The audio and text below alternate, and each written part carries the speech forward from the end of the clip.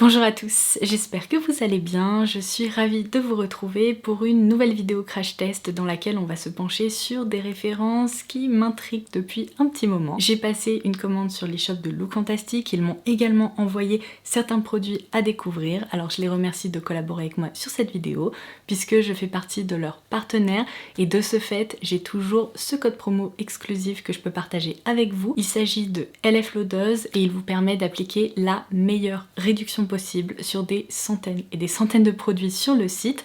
Il fonctionne même sur des nouveautés qui viennent tout juste d'arriver. Alors justement, en parlant de nouveautés, j'ai commandé de nouvelles références chez Real Techniques puisque vous connaissez mon amour pour cette gamme de pinceaux. Dans la catégorie drugstore, Rimmel a encore frappé. Il y a d'autres nouveautés qui m'intriguaient qu'on va tester ensemble. Et pour le teint, il était temps que je me penche enfin sur la gamme All Hours de chez Yves Saint Laurent ainsi que sur d'autres nouveautés que j'avais repérées qui étaient dans ma wishlist. Mais juste avant de commencer, je voulais également vous préciser, parce que je vous l'ai déjà expliqué, sur Lookfantastic, il y a souvent des box qui sont proposées en édition limitée qui valent vraiment le coup puisque leur valeur réelle est bien supérieure au prix d'achat. Et j'ai juste ici ce nouveau coffret hyper bien garni. Je voulais vous dévoiler son contenu puisqu'il s'agit du Icons Edit avec des références vraiment best-seller sur Lookfantastic. Je suis en train de vérifier mais avec le code LF Loadeuse, son prix tombe à 75 € pour une valeur réelle affichée à 270 €.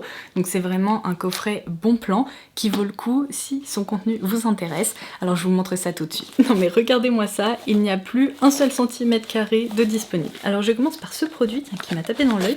C'est une protection solaire SPF 50+, dans la gamme Antelios de chez La Roche-Posay. Il y a ensuite ce fameux produit incontournable qui est donc le scrub lavant de chez Christophe Robin, mais ici dans un gros format full size. La Bum Bum Cream de chez Sol de Janeiro. Un autre produit que beaucoup d'entre vous apprécient parce que vous m'en avez déjà vanté ses mérites, il s'agit de la crème de jour hydratante SPF 30 de la marque Elemis, le sérum à la niacinamide de la marque The Inkey List, puis une mousse autobronzante également full size de la marque Bondi Scent. Alors ça j'en reviens pas, j'ai l'impression que c'est également un full size de la marque NARS, c'est leur blush liquide dans la teinte Orgasm, la teinte incontournable. Seulement, yes, j'ai jamais testé cette catégorie de produits, je vous confirme qu'il s'agit bel et bien d'un full size, ça c'est vraiment canon. Et enfin dans ce coffret Icons Edit, vous retrouverez également ces deux formats voyage, du sérum Advanced Genifique de la marque Lancôme, ainsi que du spray fixateur All Nighter de chez Urban Decay. Je vous laisserai le lien vers ce coffret directement en barre d'infos s'il vous intéresse, et j'ajouterai bien entendu tous les produits dont je vais me servir aujourd'hui. Donc c'est parti, on commence tout de suite. Je vais commencer par coiffer et discipliner un petit peu mes sourcils. Si vous suivez mes vidéos de façon régulière, vous le savez peut-être déjà.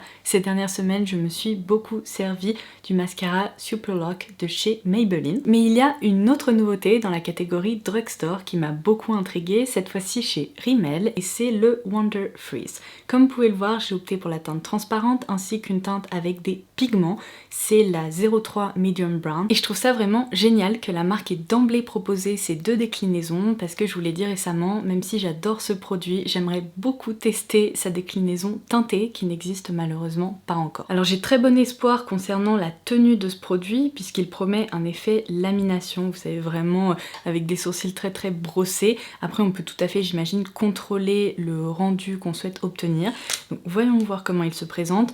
On a d'un côté, vous voyez, une brosse avec deux embouts différents et évidemment il y a aussi un goupillon pour répartir la matière. Alors, je vais tout d'abord tester la déclinaison transparente puisqu'au quotidien je trouve ça quand même idéal les jours où je suis un petit peu pressée et que j'ai pas besoin d'opter pour un make-up très élaboré. Ça permet juste de leur donner un petit peu plus de forme et je trouve que le rendu est globalement plus propre en fait lorsqu'on les coiffe un petit peu. La texture est hyper légère et je suis ravie de constater qu'il n'y a aucun effet de matière. Donc ça commence très bien. Je vais utiliser les petites brosses pour justement parfaitement les coiffer. Et on peut même utiliser, vous voyez, le côté de la brosse pour les plaquer. Écoutez, j'espère que les poils ne vont pas retomber parce que je trouve ça très joli. Bon, et vous l'aurez compris, de l'autre côté, je vais donc tester la déclinaison teintée. Alors déjà, ça commence bien parce que, encore une fois, la matière ne dépose pas de grosses taches ou d'effets un peu paquets. Je peux voir qu'il y a en effet un léger effet teinté, ce qui rend mon sourcil peut-être un petit peu plus fourni. C'est un peu plus joli. Pour que vous n'ayez pas un rendu asymétrique durant toute la vidéo, je vais utiliser ce même produit teinté et je vais en appliquer un petit peu ici de manière à rendre le tout plus cohérent. Je vais donc passer au maquillage du teint. Si vous me suivez depuis quelques années maintenant, vous connaissez mon amour pour cette gamme de pinceaux chez Real Techniques. Je vous les recommande de façon très régulière et particulièrement cette référence. Il s'agit du RT 200 qui est vraiment mon pinceau fond de teint par excellence. Comme vous pouvez le voir là, il est sale. Donc aujourd'hui, je vais tester deux déclinaisons en fait dans cette gamme que je n'ai encore jamais testé. Alors celui-ci c'est le Expert Face Brush qui peut vraiment être utilisé pour toutes les matières crèmes, que ce soit fond de teint, blush, contour crème, etc. Et je ne sais pas s'il s'agit de nouveautés, mais j'ai pas l'impression de l'avoir déjà vu celui-ci, donc c'est sûrement une nouveauté. Il s'agit de la référence 259. Il est décrit comme le Glow Round Base Brush. Donc c'est un petit peu le même principe, seulement comme vous pouvez l'observer, on dirait un disque comme ça, sa base est hyper plate et généralement c'est idéal pour répartir le fond de teint, donc je vais m'en servir de cette manière aujourd'hui. Et comme vous avez pu l'apercevoir, j'ai également commandé la référence 450. Alors celui-ci, il me semble que je l'ai déjà en format mini. Vous savez, l'année dernière, je vous avais recommandé ce coffret de voyage proposé par Real Techniques qui est hyper pratique parce qu'en fait les pinceaux, au lieu d'être des full size, ils font à peu près cette taille là, donc ils ne pèsent pas lourd du tout et vous avez tous les essentiels en fait pour vous maquiller le teint et les yeux. Et du coup c'est bien ça, celui-ci je l'ai déjà mais vraiment en format miniature, donc je me suis dit que pour le quotidien ça serait pratique d'avoir un manche un petit peu plus long. En matière de fond de teint, aujourd'hui j'ai envie de me pencher sur le cas du All Hours Foundation dont j'ai entendu beaucoup de bien. Alors dans cette collection j'ai déjà testé un fond de teint il y a très longtemps, ça remonte à il y a quelques années, mais je ne me suis jamais penchée sur le cas des nouvelles formules. Je me suis dit qu'il était temps de le faire, donc j'ai commandé la teinte la plus claire qui est la LN1. Comme vous pouvez le voir juste ici, ils promettent un rendu mat lumineux. Alors vous le savez, c'est pas vraiment le genre de rendu que je préfère, vers lesquels je me tourne de façon régulière parce que j'ai une peau sèche à tendance déshydratée. Seulement il semblerait que cette texture soit très fine et qu'elle peut tout à fait bien se comporter sur mon type de peau. Donc on va voir ça. Je vais répartir ça. En termes de parfum, c'est assez classique si vous avez déjà testé les produits teints Yves Saint Laurent, surtout tout ce qui est fond de teint et texture liquide.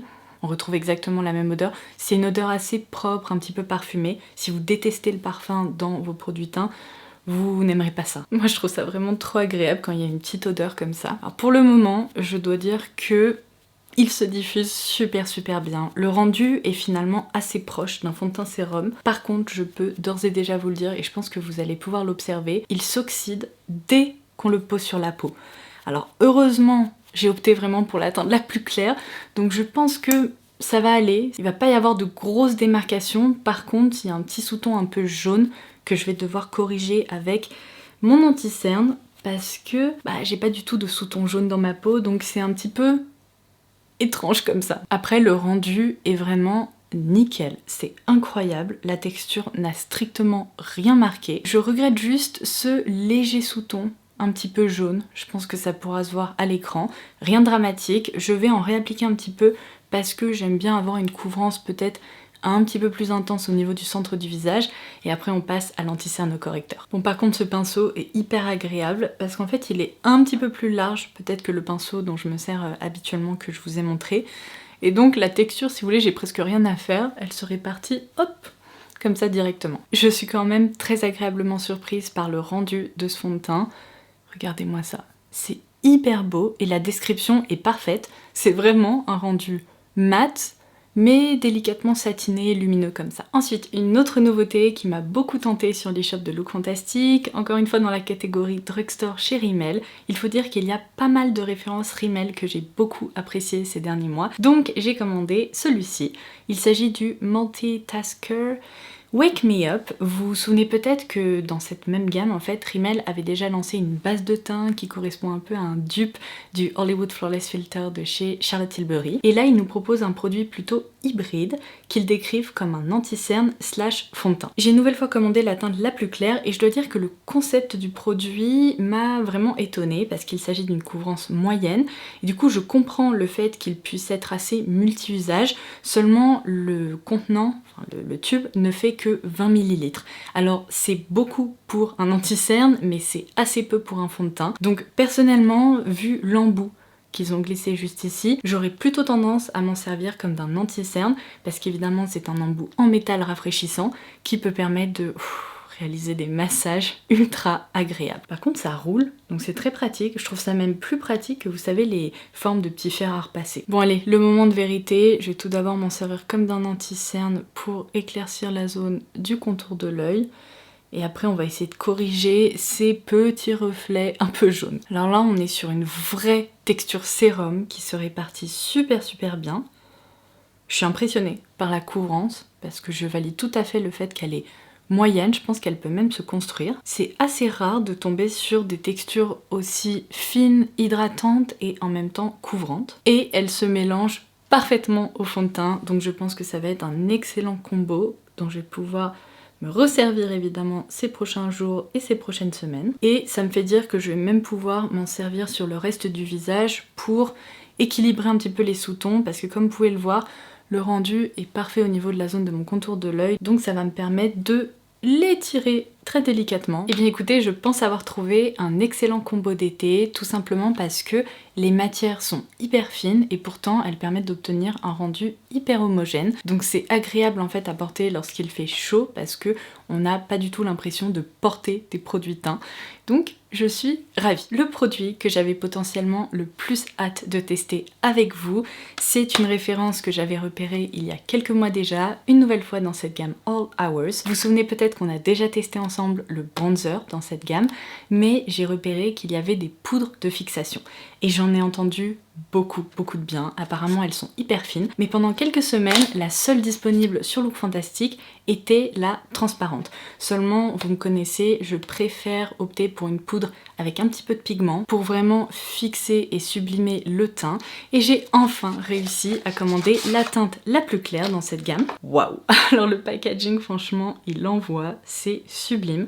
C'est exactement le même principe que le bronzer, seulement ici on reconnaît qu'il s'agit de la poudre grâce à cette couleur noire, tandis que les bronzers sont marrons. Voici la teinte la plus claire. Du coup, je vais en prélever un petit peu et diffuser tout ça de façon à calmer un petit peu les brillances, même si sincèrement il n'y en a pas beaucoup, vu que c'est un combo qui est assez mat finalement, mais vous le savez, j'aime toujours poudrer le contour de mes yeux, et en effet ça permet non seulement de fixer, mais en plus je suis en train d'observer qu'il y a un aspect floutant en fait. Après avoir déposé la poudre, c'est impressionnant, j'ai vraiment un effet peau de pêche, tout lisse ici, c'est trop beau. Bon par contre mauvaise nouvelle, je sais pas si c'est à force de passer des pinceaux dans tous les sens, mais mes sourcils sont un petit peu en train de retomber. Enfin j'ai l'impression quand même que cette référence chez Maybelline arrive à mieux les faire tenir. Pour finaliser ce joli teint, je vais appliquer un blush stick de la marque Iconic London, une de mes marques chouchou sur Look Fantastic.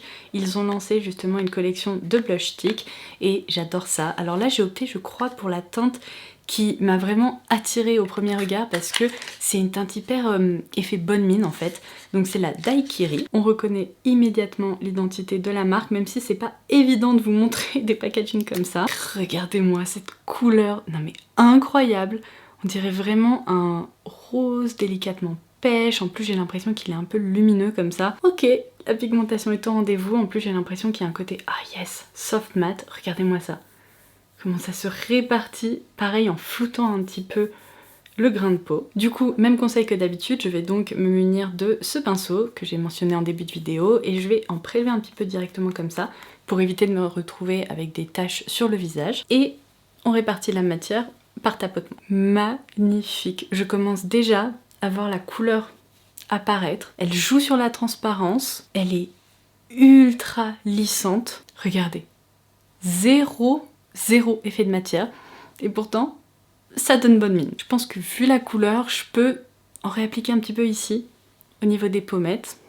Ça sera pas de trop. Oh, c'est trop beau! Et franchement, je souligne le fait que je n'ai strictement rien à faire. Je tapote mon pinceau comme ça de façon assez aléatoire sur la zone et ça diffuse parfaitement les pigments. Et bien écoutez, je ne sais pas pourquoi ce lancement est passé inaperçu. Je n'ai vu absolument personne en parler.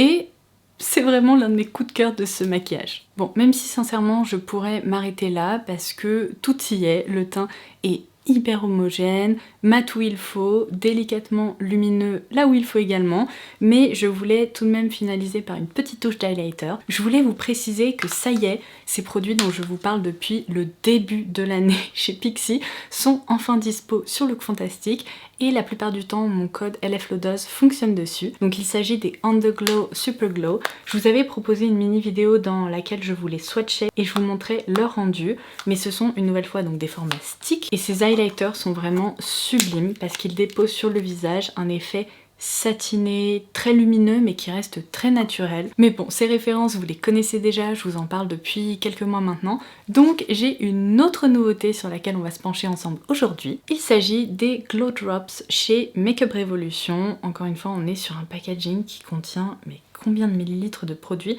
23 millilitres, mais pour un highlighter, c'est énorme. Franchement, ce produit vous accompagnera pendant un moment. Donc là, j'ai la teinte Stardew Gold, j'espère qu'il va pas être trop jaune décidément aujourd'hui, ces sous-tons jaunes me suivent. Ils disent qu'il faut bien secouer le produit et il est indiqué que ce sont aussi des gouttes multi-usages, donc on peut tout à fait s'en servir évidemment en tant qu'highlighter, mais vu le format, on peut aussi les mélanger à son fond de teint ou même peut-être à appliquer sur le reste du visage en tant que fard à paupières ou autre. Ah ok, la texture est un peu gélifiée, regardez-moi ça. Oh là là, j'ai peur que ce soit beaucoup trop doré jaune pour moi. Regardez, il y a vraiment un voile. Encore une fois, un peu jaune comme le fond de teint qui apparaît. Bon, écoutez, c'est un crash test. Si il y a en effet des reflets un peu jaunes sur mon visage, c'est pas dramatique aujourd'hui. J'aime bien par contre la texture, vous voyez, elle est vraiment très aqueuse. Elle a l'air de se répartir facilement, donc je vais en prélever un tout petit peu avec ce pinceau. Et on va déposer ça sur les points de lumière. Hey, c'est pas jaune! Yes. C'est inquiétant en fait quand on le swatch, mais une fois réparti sur le visage, non, c'est pas jaune du tout, ça joue parfaitement sur la transparence en fait. Ça apporte juste une jolie luminosité, assez transparente. Bon, il faut m'arrêter parce que c'est le genre de truc, j'ai envie d'en appliquer partout. Waouh! Oh là là, ok, je suis fan de mon teint aujourd'hui. Et bah dis donc, je m'attendais pas à ce que ça fonctionne aussi bien. Pour le moment, franchement, 10 sur 10. Pour les yeux, c'est bien simple, je n'ai strictement aucune nouveauté, donc vous savez quoi, je vais utiliser ce stick Pixi que je vais chauffer et détourner en tant que fard à paupières. Je vais tracer mon trait d'eyeliner et appliquer du mascara et je vous retrouve tout de suite pour finaliser ce maquillage avec les lèvres. Me revoilà, il est temps de finaliser ce maquillage et pour les lèvres, je pense que ça ne va absolument pas vous surprendre puisque ces derniers temps, j'ai partagé avec vous mon amour pour les Love Shine Candy Glow de chez Yves Saint Laurent Beauté. Je vous ai déjà swatché les teintes 5B et 6B que je porte littéralement non-stop depuis plus d'un mois et sachant que c'est vraiment ma formule préférée pour le quotidien parce que je les trouve hyper fins et en même temps glossy, confortables, le rendu est toujours parfait, que du coup je me suis décidée à craquer sur le reste des teintes de la collection. Je crois que là je les ai vraiment toutes, donc comme ça vous allez pouvoir observer leur rendu et trouver la teinte qui vous conviendrait le plus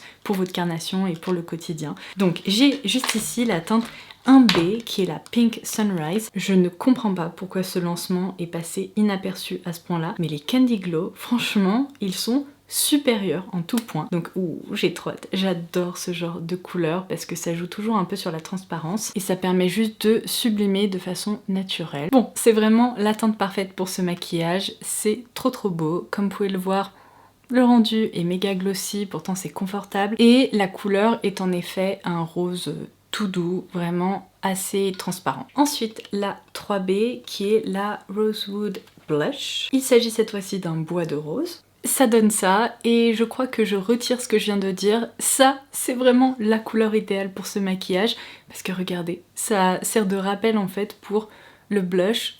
C'est magnifique. Puis la teinte 7B, et il s'agit cette fois-ci du Nude Pleasure. Alors je me demande en quoi il va être différent des deux que j'ai déjà. De façon assez étonnante, il tire un peu vers une couleur bordeaux. Ce n'est pas du tout un bordeaux, c'est un peu presque un rose marronné en fait. Alors ça c'est vraiment la teinte parfaite pour les carnations plus foncées ou bien à porter si vous aimez les teintes tout simplement un petit peu plus soutenues. Et enfin la 44B qui est cette fois-ci la Nude Lavalière. Alors ça c'est drôle parce que je crois qu'il existe un équivalent dans la gamme des Love Shine classiques classique. Ok, en fait c'est juste une teinte un petit peu plus foncée que celle qui joue sur la transparence, mais elle n'est pas aussi pêche que celle-ci, vous voyez ?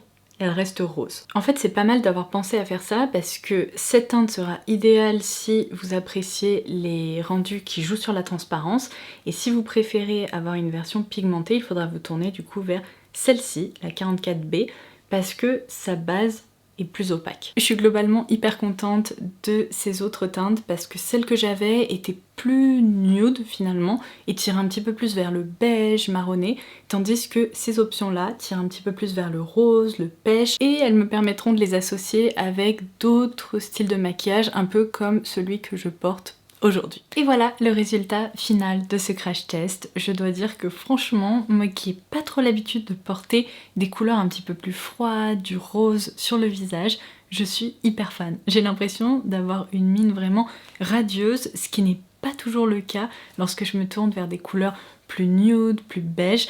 Donc il faut vraiment que je pense à plus souvent appliquer du blush rose et du rouge à lèvres rose. Si je dois partager mes 3 gros coups de cœur de cette vidéo avec vous, en laissant les Candy Glow de côté parce que vous savez que je les aime à la folie, je dirais que je retiens surtout ces 3 références. Elles m'ont complètement bluffée, j'ai hâte de m'en resservir et j'ai l'impression de les avoir déjà adoptées. Alors tout d'abord, ce produit multi-usage chez Rimmel, je dois dire que lorsque je l'ai commandé, je savais pas du tout à quoi m'attendre et j'ai été très agréablement surprise, donc ça j'apprécie. Comme vous avez pu le voir, c'est vraiment un produit multi-usage, donc idéal à glisser dans sa trousse de toilette, mais moi je pense que je m'en servirai principalement comme d'un anti-cerne puisque le rendu de mon contour des yeux aujourd'hui est impressionnant. Il apporte vraiment une jolie luminosité sans passer par l'utilisation de paillettes, de nacre ou quoi que ce soit. Je trouve qu'il s'est bien fixé, sa couvrance est impressionnante et sa texture, encore une fois, ne marque strictement rien.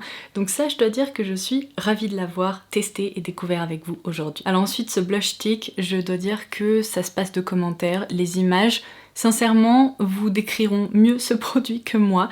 Regardez-moi ça, c'est tellement joli. C'est assez rare de trouver des textures floutantes qui, encore une fois, ne marquent pas et ne créent pas un peu des pâtés sur le teint, ce qui n'est absolument pas le cas ici. Regardez-moi cette couleur vraiment en transparence qui donne bonne mine, c'est magnifique. Et sans surprise, vous avez vu ma réaction lorsque j'ai enfin testé cette poudre compacte All Hours de Yves Saint Laurent Beauté. Et ben, il n'y a rien à dire, c'est vraiment l'une des meilleures poudres que j'ai testées cette année.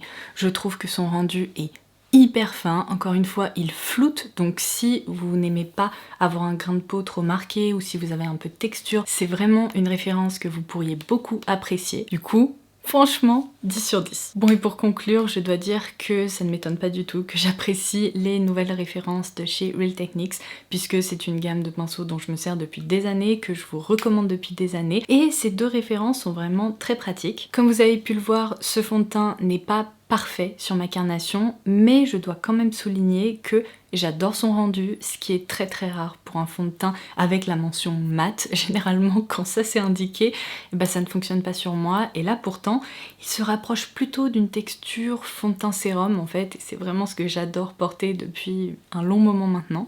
Donc je vais bien évidemment continuer de m'en servir, même si il devient un petit peu jaunâtre, c'est tout à fait gérable parce que comme vous pouvez le voir, une fois avoir terminé mon maquillage, c'est pas choquant par rapport à mon cou ou mon décolleté. Le seul produit qui me déçoit un petit peu, mais c'est pas une vraie déception parce que techniquement le rendu dans mes sourcils est toujours joli, c'est juste que je dois dire que la tenue n'est pas du tout la même que le Super Lock de Maybelline que j'aime beaucoup.